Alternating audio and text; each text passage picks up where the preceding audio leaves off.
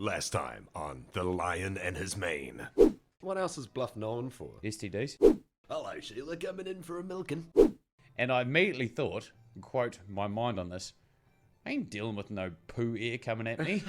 Ladies and gentlemen, let's get ready to ramble! Hey, yo, forget about it. Welcome back. Hey, thank you so much if you went and found, this is episode 5 of Slaying and Leo. Leo the Lion and Slaying the Mane, and we're back. Basically, thank you so much for clicking on it, realizing that we're here, and that you came back. If you haven't seen the other episodes, we got 1, 2, 3, and 4. They're all waiting there. I'm Leo, by the way, if you didn't know, and of course, I got my co-host over here, Slaying. Hello, this is a podcast. I've heard about these. You know, it's kind of like a conversation that can be heard again and again. Yeah, it's totally, it's a lot of talking, and then they record it, and then you can listen to it again later on. Yes, but doing this, there is no trips to the shitting log. Nothing like that. No, forget about that stuff. One of the things that we try to do is we try to have a bit of a yarn. Now, I'm saying this to you, but we're 5th episode, and you know this. We have a bit of a yarn. We talk some smack about some guys. We talk smack about each other. You've seen a podcast before. It ain't no too different. Listening to our podcast is a lot like crawling through a complex tunnel system beneath lavatories. I mean, it ain't illegal to do that, but it's not great, Orn. They told me it was frowned upon. Now, if you're listening in last week, we were talking about why Slane has got himself into radio, and where did he come from? He was basically a little buff oyster. If you're interested in that and this weird ass accent he's doing, you can go back and listen to our last episode. It's right there. It's easy. Click on it same way you clicked on this one, but listen to this one first because I mean we're doing real good accents. I mean that's pretty good reason, right? Episode 4 is about me. Episode 5 is about my Italian friend over here. I ain't no Italian. Oh, don't worry about it. All right. Well, that's enough. I was just going to take this voice translator off my face. And there we go. Put that down. So, yeah, kia ora, guys. Thanks for coming in. That was my impression of Tony Lip. That's pretty good. You do a bloody good New Yorker, man. Hey, forget about it. You, guy in the shirt. Thank you, brother. I'm walking here. Yeah. You're going for the Norseman, Norseman Orn. Quite honestly, I feel like I do it better after a couple of things of mead. Oh, it's always way more fun. Bit of mead, bit of fermented. What is mead? Fermented? No, it's honeyed wine. Is it what it is? Honey wine. Yeah. Oh, I just thought it was another word for beer. Like fermented honey into alcoholic wine type of thing. I'm I pretty had sure. no idea. I like it because I like Viking things. Yes, I do too. You know, I've always thought about Viking things and, you know, the difference between Odin and Jesus, right? Jesus promises a lot of things. Odin promised no frost giants. Do you see any frost giants? That's a very good point. There are no frost Odin giants. delivered. Yeah. It's like St. Patrick. He scared the snakes out and people were like, they were never snakes. And they're like, hey, you're welcome. Yeah. Twiddly dee, give the bear to me. I don't think you're understanding. They were never snakes. Yeah, well, I scared them off. So anyway, pints on me. Well, pints on you. I'm the one who did that. Yeah, last episode was about you. So this episode we're going to get into... Okay, first question. Almost a sense of the day type thing. What is something you've noticed today? I don't think I've noticed anything. Okay. It's been a real slow day. I do a lot of busing into works. I had that weird moment at the bus stop where I put my mask on, waiting for the bus to come.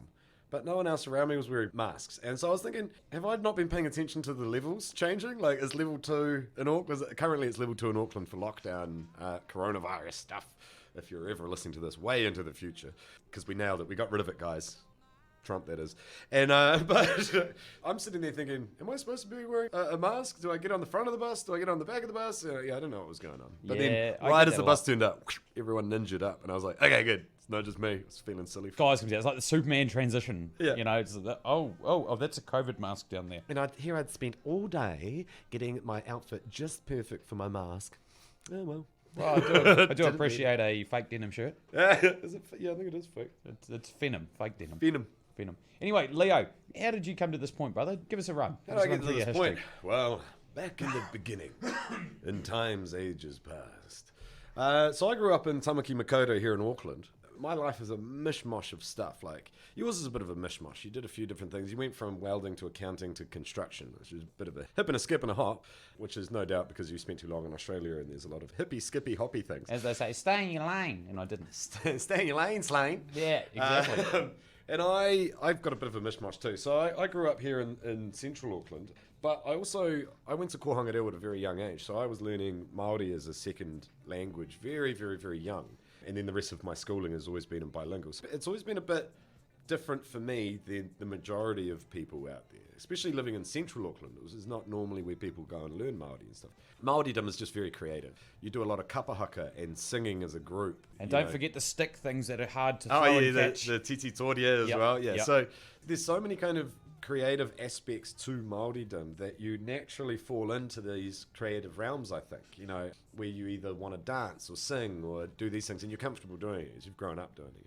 And I leant into acting at a very young age. I loved it. I think we had a TV and I was a real little kid. And somebody said, not a fake little kid, a real little kid. Not like Pinocchio then. No, not a Pinocchio. No, I'm a real boy. Not a frickin' toy. Quite you, but Uncle Geppetto. I watch these people on TV, and it just kind of dawned on me. As a kid, you'd be jumping up and down on the trampoline, and you're playing pretend, right? And you're making up characters, and you're a Power Ranger or whatever. And then I'm watching the TV, and it kind of dawned on me that these people are actors. They're not really doing this. They're pretending like I do, and it's fantastic. I get to watch it on TV, but now they're getting paid to do it. They do this for a living. And I was I'm doing drama classes. I'm learning different techniques. So I'm just getting out there and pretending, basically. Living truthfully under the imaginary circumstance. And I did that for a very long time, and still kind of do it here and there. But like I would have said in the last episode, it's a very fickle industry. And at some point, as you're growing up, especially when you start really young, in your head, you're like, it's going to be acting. That's it. There's no other thing. It's going to be acting. And then at some point, the real world just kicks you around enough that you go, okay, I'll make up a plan B, whatever that will be. And so in that meantime, I had jumped around multiple different jobs, and it would have been anything to do with my ability to talk to people. So it would be sales or tech or tech support or being on phones or being in people's view and selling them things, stuff like that. And I don't really have a great passion for those jobs, especially sales is trying to drive somebody to buy something they probably don't want to buy. While we're being told in our ear that they do want to buy it, they just don't know it yet, as if us selling to them is now being sold to us. And I just kind of, that whole thing used to get to me. Like, if somebody wanted something, I would help them make the most informed decision. That's how I felt good as a salesman. You now know that you want this because I've given you the information around it. But at no time am I trying to push you into it and say, yeah, come on, it's great. I still want you to be like, man, this is fantastic. I want this now. And if you don't want it, sweet. On your bike, have a lovely day. Tech support was another one where people just kind of yell at you the whole time while you're trying to fix their stuff.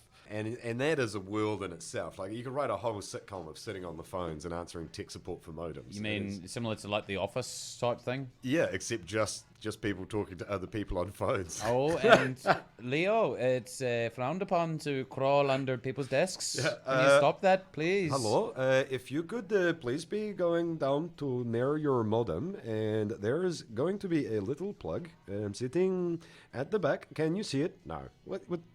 It is right there. There are a few. I just wanted the one.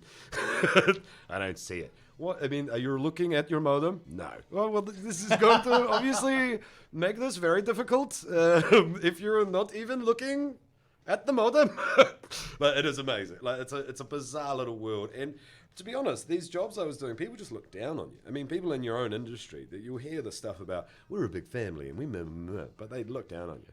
So I was kind of following these creative paths on the side of having to do crap work for, rent money. Well, that's the thing, isn't it? A lot of people, as you pointed out previously, a huge percentage of like actors and stuff, they do that on the side, but they have to have the bread and butter. They have to, yeah. Yeah, because it's... And the worst thing is that those two worlds clash all the time. Like, barely are there any auditions on the weekend. And so you're constantly trying to say, hey, boss, can I take half an hour off to go to an audition? And they go, come on, mate. You're taking half an hour off of this job to go to it and try and get another job. Yeah. That's how they see it. And they try and be supportive, but there's you kind of did that last week. And you're like, that's kind of how this works, And to be honest, sometimes there'll be a job that'll go up, $15K or something like that. That's how much it's going to pay for a 2-day shoot of an ad. See, that's... And you say, I want to go to that. I reckon I'm going to get it. I reckon I've got a real good shot at this. And your boss goes, nah. And you just go, well, I might just quit. Yeah. Like, it might be I'm just quitting now because I care more about that than I do about this job. You know how long it takes me to make 15K answering phones and instructing people where in the house their modem might be? Oh, God. And crawling around under the desks? Thinking about it. It's awful. So I was kind of doing that. I was doing the bread and butter jobs. a little bit of creative stuff on the side. And then at one point, I had the opportunity to audition to be a presenter for a shopping channel.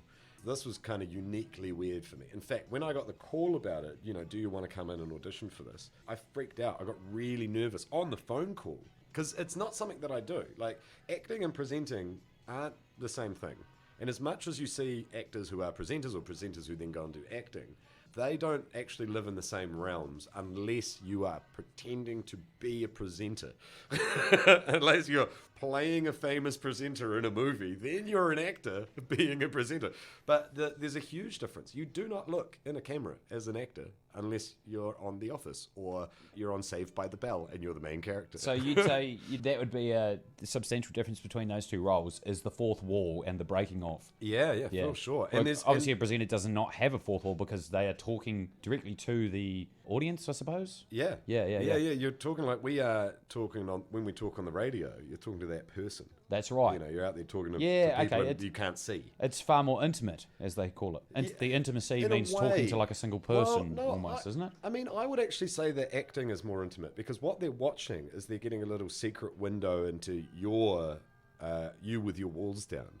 Ah, you know what I mean? Well, yes. if somebody's talking to you, they have up their wall and they're presenting something to you. Ah, that's a that good they way of want putting you it. to see. But in acting, those walls aren't there, and you're secretly watching them go through awful things or really happy things, or vice versa. Yeah, it's a bit of a tricky one. Anyway, so I was just freaked out. But I believe that if you're offered opportunities in life, you just say yes and then deal with all your anxieties about it. Yeah, be a yes man. And then deal with all your anxieties about it. While you're talking about this initial audition, Leo and I have shared the occasional beer before, and some good stories come out on these beers.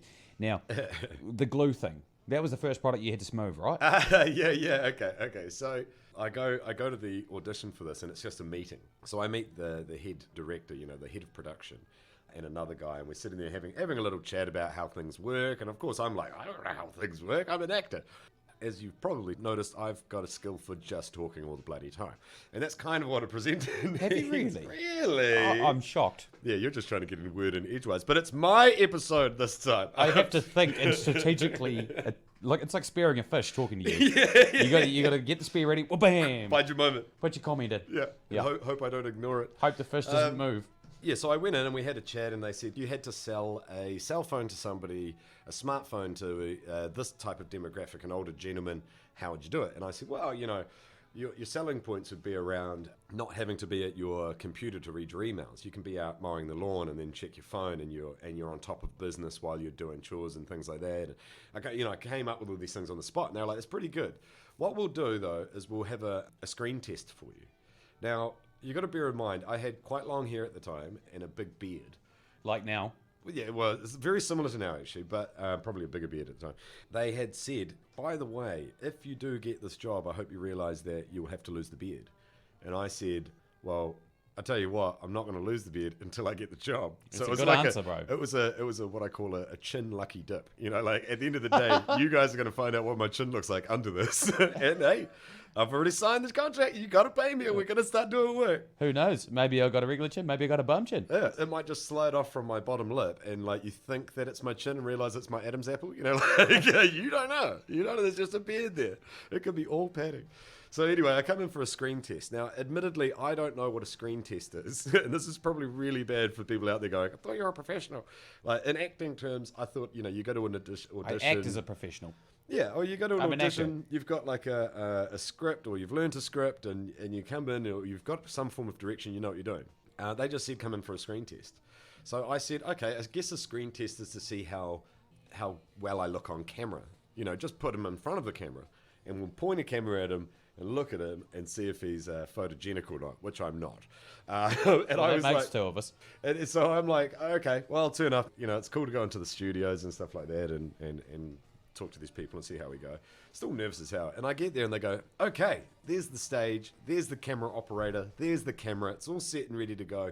We're standing across this kind of long studio just near the entrance door kind of area with these guys. And they go, all right, so what have you prepared to sell us today? And I went, what? What do you... I thought it was a screen test. And they're like, yeah. So you're going to get up there and sell us something for 5 minutes. 5 minutes, oh my God, that's a huge amount of time. That is 300 seconds to fill. It is a lot. And when you're just standing there talking, it's very difficult. And it's even longer than you can imagine. And they said, well, you can sell a cell phone. I suppose you did that before. And at the time, I worked at Vodafone. So I was like, I don't want to talk about cell phones. I'm so bored of that crap. I don't want to do it. So I looked at the table behind me, and there was an aerosol can. And I'm thinking, there's some spray paint type stuff. And I was like, okay, cool. I'll just sell this. So I grabbed the aerosol can. And there's also this thing in the acting world that if you're given a script right before an audition, and they say, would you like half an hour to go and learn the script, or do you want to go in there and do it now? Even though you've just been given the script, you always say, I'm going to do it now. In their mind, they go, wow, he did a great job and he just got the script. So even if you make little mistakes, well, he just got the script and you get to hold the script, you know? He can be forgiven for this. Yeah, but if you go and take half an hour and make them wait half an hour and you come back in and stumble over lines and you haven't learnt it and you haven't done your job or you're looking at the script, they go, God, we gave this guy half an hour with the lines and he's still mucking it up. So you always just say yes. The first thing, I will go in and we'll do this right now and I'll press the hell out of you. I've been trained to do that. So they say, well, you've got an aerosol can on you. Do you want to go and take, a couple of minutes to learn what the product is and come up with some ideas? And I go, nah, I'm sweet. And then just start walking to the stage. And as I'm walking, I start reading the back of the aerosol can to try and get some ideas. And I turn it over and realize it's not spray paint. Because I've already got all these ideas, all these things you can do with spray paint and, how I can sell that and stuff. It's spray glue.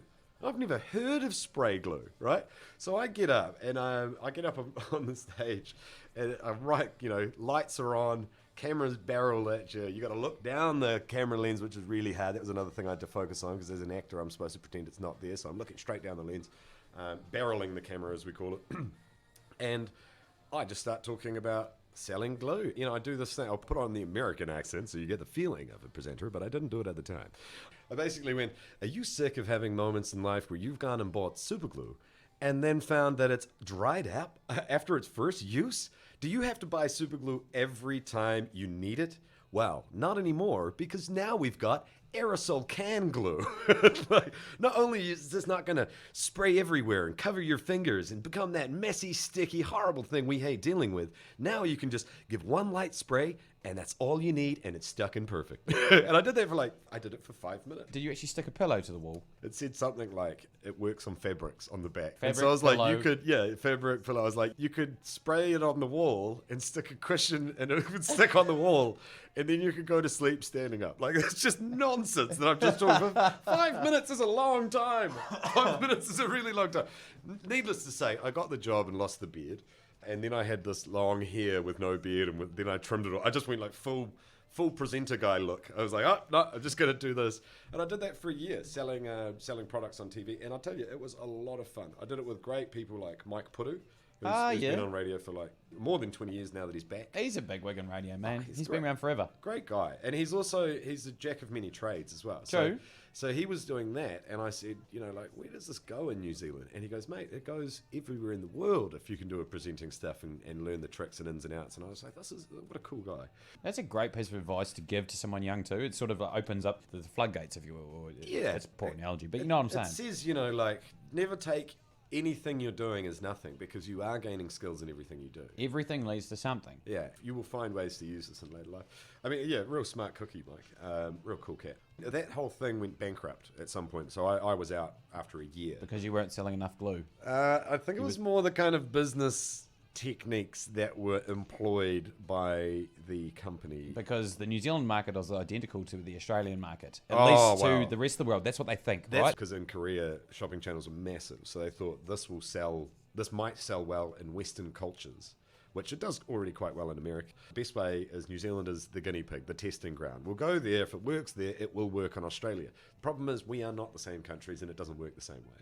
And we weren't selling to New Zealanders the way we wanted to. We wanted to kind of be a bit more chill and not like, in your face, buy this. And if you call in the next 5 minutes, you'll get not only one, but two.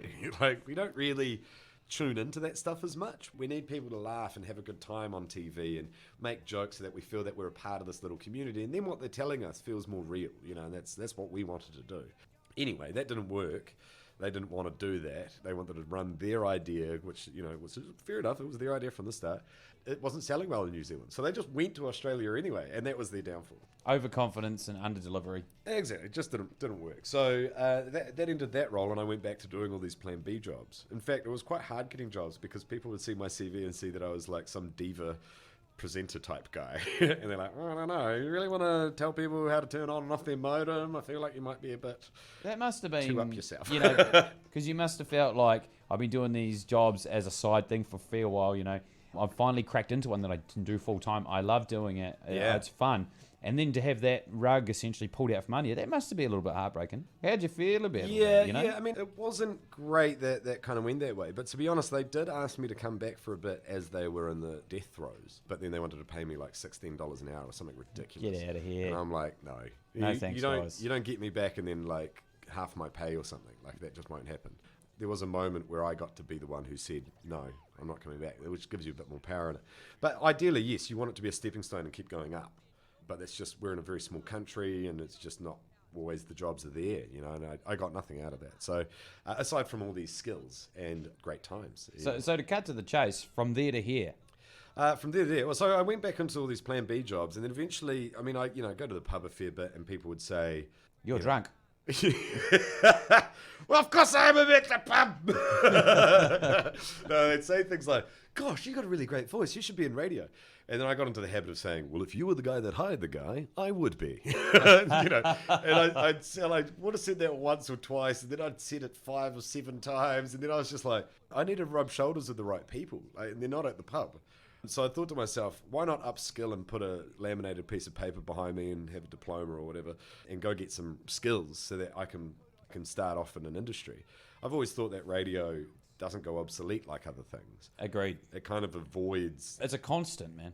Well, it's a necessity. The more that I'm here now, the more I realise how much of a necessity it is. Christchurch earthquakes, people were listening to the radio. Bloody mosque shootings. People are listening for their updates That's right. on the radio. That's right. They had it tuned in all day Dude, just to keep getting updates. COVID even. Yeah. If That's you're not right. near a TV, you'll hear the main bulk of it after lunch on the radio. Yeah. And I mean, there's something very personal about radio as well. So I didn't necessarily get into radio because I thought I would be a DJ. Like, I don't know if I'm very good at that yet. I mean, I imagine I'm kind of all right, but there are great DJs out there that I look up to who I think just do the job fantastically. The GOAT, Roger Farrelly. The GOAT. Yes, he's the GOAT, mate. Look at him. He looks like, he doesn't even look like a goat. He is a legend in the size of a industry, goat. bro. Yeah, but he's right next to Bryce Casey, mate. And Andrew Mulligan, he's also a legend in the industry. So, I mean, that was the kind of thing was that I thought that it was a stable choice. And also, I think radio teaches you all the stuff. In our last podcast, or our last episode, was that, you get all these other skills, the editing skills, being able to understand audio editing and production sides of things, creating content, and then making content, and then delivering content, all of these kinds of things, I reckon would just link to multiple different areas of life. Maybe I want to get into voice work at some point. Well, I can do it myself. Maybe I want to continue the acting thing, but now I understand it a little better from understanding a voice perspective or an audio perspective, what needs to be heard, what needs to come back and forth. Doing our own shows on the radio was a very interesting kind of enlightening form of what is needed on the radio. How do people respond and how do they take it, which was different to how I was presenting. But I think just the accumulation of skills was what was important to me. And then I have all these branches of possibilities to be a creative, basically. And that's what brought me here. I was also so sick of being under inept managers who were basically hired into ineptitude. And as you get older, these people get younger and get more inept, it seems, and you feel like you can do their job better, and you just eventually go, you know what, I'm stuck here because I don't have a qualification. Which, by the way, I've always been against the idea that we judge people off of qualifications. It is absolutely ridiculous. I can tell you, coming from that background, because I have a Bachelor of Commerce degree, major in accounting, it is a shambles. It's an absolute shambles. It doesn't quite fit. To me, when you get a diploma, right, we're going to get this diploma. We have learned all these skills in the meantime. But we know that when we get out into the real world, we will be learning everything around us because we won't actually be fitting into that world properly yet. We fit into a student world.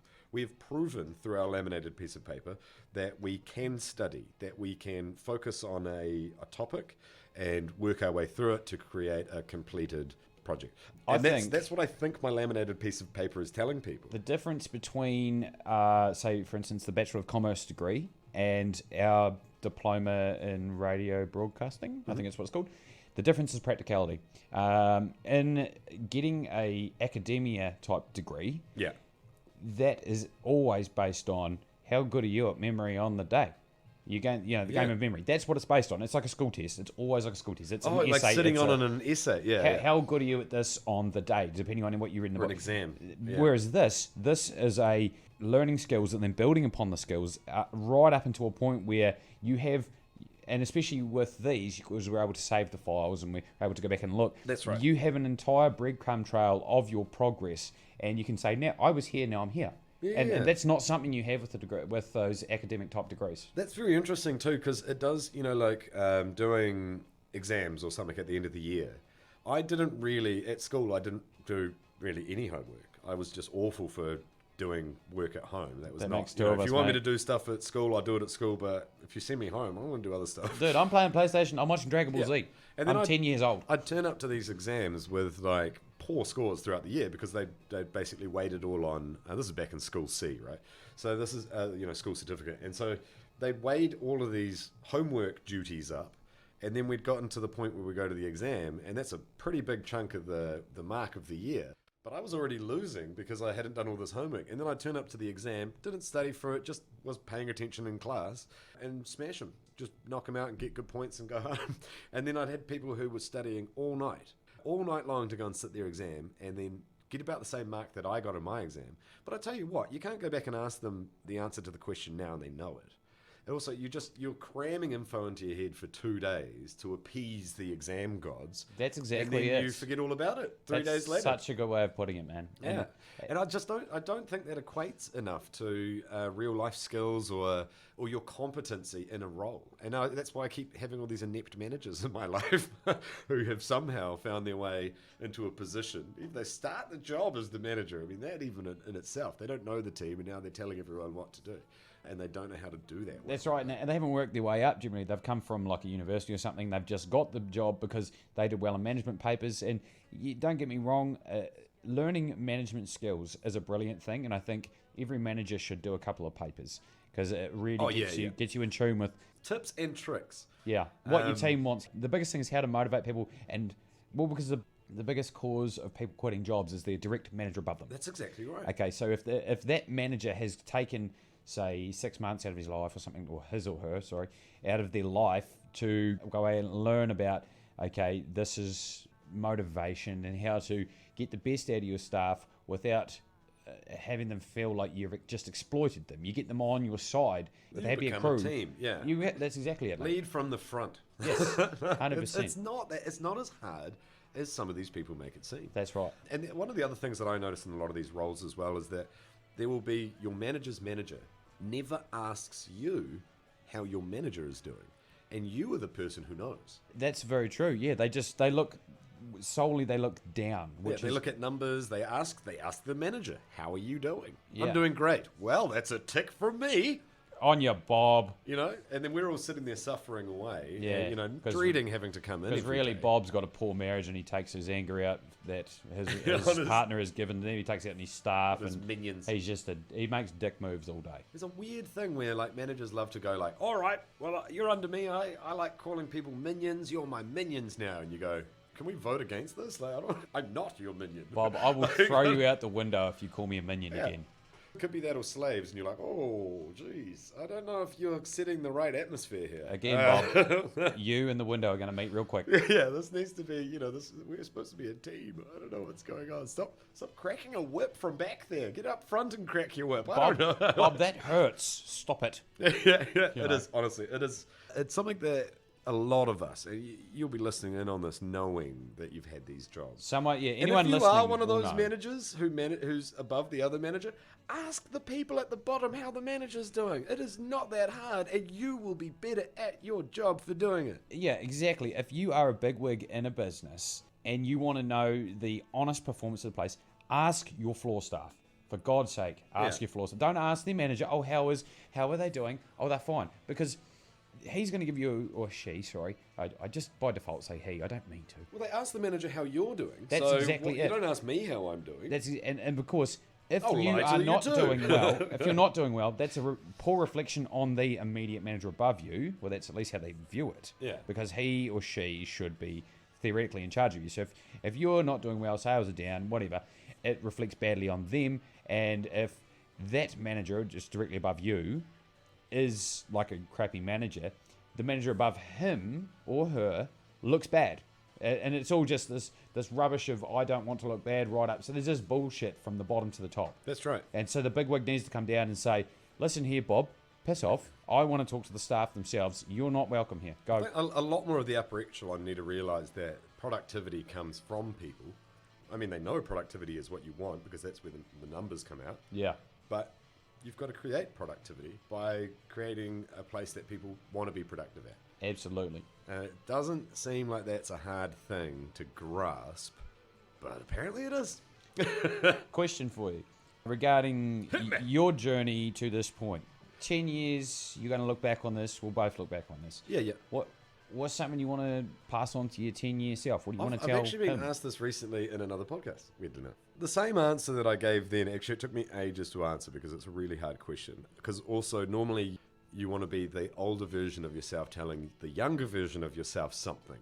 You know, because you've learned all of this stuff heading into the future that you either want to give warnings or better advice or lotto ticket numbers or, you know, things like that. So asking the younger version to tell your 10-year-older version something is a very hard question to answer. It flips that on its head, doesn't it? But I think it gives interesting perspective and perhaps insight. Yeah. So the same answer I had. So what are you going to tell 46-year-old Leo? Holy moly, no, he'd be 47. And I would say, you still don't know any better, so keep listening. 2 ears, 1 mouth. Because I reckon in 10 years... You're like, yeah, but 24 teeth. Oh, I'm going to start tuning people out easy in 10 years. Like, I'm just going to be like, no, I know better. No, don't you tell... I have been through it, mate. And Back in my day. Yeah, I think it's going to be to my detriment. So I need to be able to say to myself, you still don't know better. And to be honest, you never will. So keep your ears open and pay attention to the people around you. A lot of good advice is out there, you know? That's what I'd say to myself. I'd also bloody well say that to myself right now because I'm still... I'm starting to tune people out when they say yo at the start of sentences. You know, like, yo, have you seen the da-da-da? Yo, I did. It was so cool. Yo, yo. Oh, my God. I like yo-yos. Yeah, yo-yo. Remember pro-yos? I got yo bros, and that's fine. Every now and again, people, just not all the time. We'll have more of these little podcasty majigs like a pea in a pod later on. Obviously, if you got time, we got some other ones if you haven't heard them before. Go back and listen to them. Next week, another accent? Maybe. I don't know. Kind of like this one.